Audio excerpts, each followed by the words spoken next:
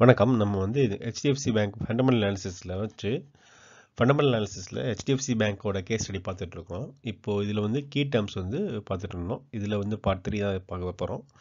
CAR, ROCE, ROE அப்படின்றத பார்த்துட்டு CAGRனாலும் என்னன்றதை பார்க்கலாம் இன்றைக்கி. CAGR இதுக்கு சம்மந்தம் கிடையாது, பட் CAGRனா என்ன டைமில் அப்புறம் பார்க்குவோம். சரி, வாங்க வீடியோக்குள்ளே போகலாம்.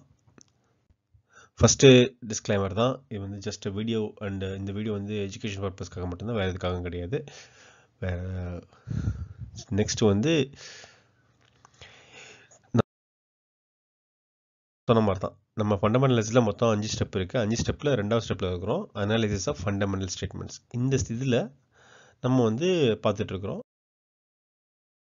இதில் வந்து இப்போ வந்து CAR பர்சன்டேஜ் தான் பார்க்குறோம்.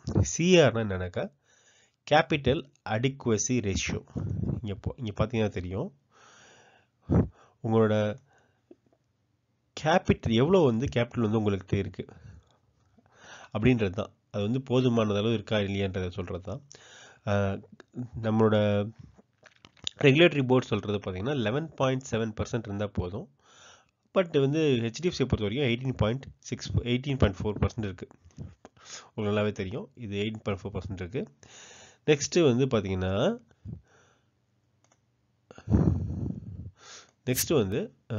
இந்த சிஆர் பர்சன்ட் எங்கே இருக்குன்றதை காமிக்கிறோம், வேறு எதுவும் கிடையாது. இது நம்ம ஆல்ரெடி முன்னாடியே பார்த்தோம் இல்லைங்களா, இந்த CAR பர்சன்டேஜில் தான் நம்ம பார்த்துட்ருக்குறோம். இதுதான் வந்து 18.4, 18.8 இருக்கும். ஸோ இது ரொம்ப சிம்பிளாக சொல்லணும்னா, உங்கள்கிட்ட எவ்வளோ கேபிட்டல் இருக்குது, ரிஸ்க் அண்ட் வெயிட் ஆவரேஜ் எவ்வளோ அப்படின்றத வச்சு சொல்கிறது தான் கேபிட்டல் அடிக்குவசி ரேஷியோ.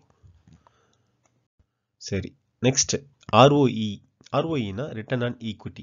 உங்களுக்கு எவ்வளோ இன்கம் வந்திருக்கு, ஆவரேஜ் டோட்டல் ஈக்விட்டி வந்து எவ்வளோ இருக்குது, உங்கள்கிட்ட எவ்வளோ வந்து பணம் வந்து கொண்டு சேர்த்திங்க. இதுதான் இந்த பணம் போட்ட முதலுக்கு எவ்வளோ வருமானம் வருது, அதுதான் வந்து ரிட்டர்ன் ஆன் ஈக்விட்டி.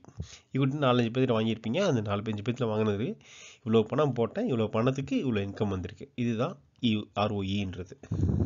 பெருசாக ஒன்றும் இல்லை, ரொம்ப சிம்பிளான டேர்ம்ஸ் தான் இதெல்லாம். நெக்ஸ்ட்டு இப்போ இது வந்து 16.97 இருக்குது. இதை பொறுத்த வரைக்கும் பார்த்தீங்கன்னா நெக்ஸ்ட்டு ROCE பாருங்கள். ROCன்றது ரிட்டர்ன் ஆன் கேபிட்டல் எம்ப்ளாய்டு. எவ்வளோ கேபிட்டல் போட்டிங்க அதுக்கு அப்படின்றது தான். ROCக்கு ஃபார்முலா வந்து EBIT divide by capital employed. அதாவது net profit plus interest plus tax, இது எல்லாத்தையும் சேர்த்தது தான் EBIT. EBIட்னா ஏர்னிங் பிஃபோர் இன்கம் டேக்ஸ்.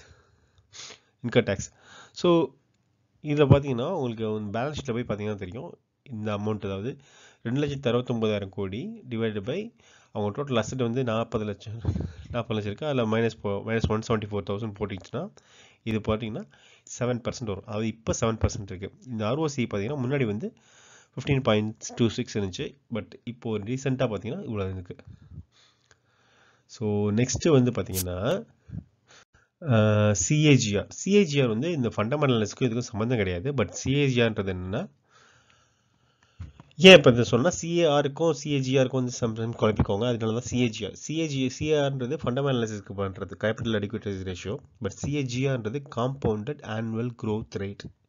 இது எப்படின்னா, ஒரு 1000 ரூபா வந்து இன்றைக்கி போட்டிங்கன்னா இன்னும் 20 வருஷம் கழிச்சு அது எப்படி இன்க்ரீஸ் ஆகிருக்கு அப்படின்றத பார்க்குறது தான் வந்து compounded annual growth rate.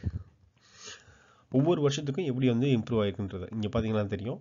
Sometimes ஒரு பக்கம் ஏறும் இறங்கும். ஸோ இங்கே போட்ட 1000 ரூபாய் லாஸ்ட்டு எவ்வளோ தூரத்தில் வந்து நிற்கிதுன்றது தான் வந்து CAGR.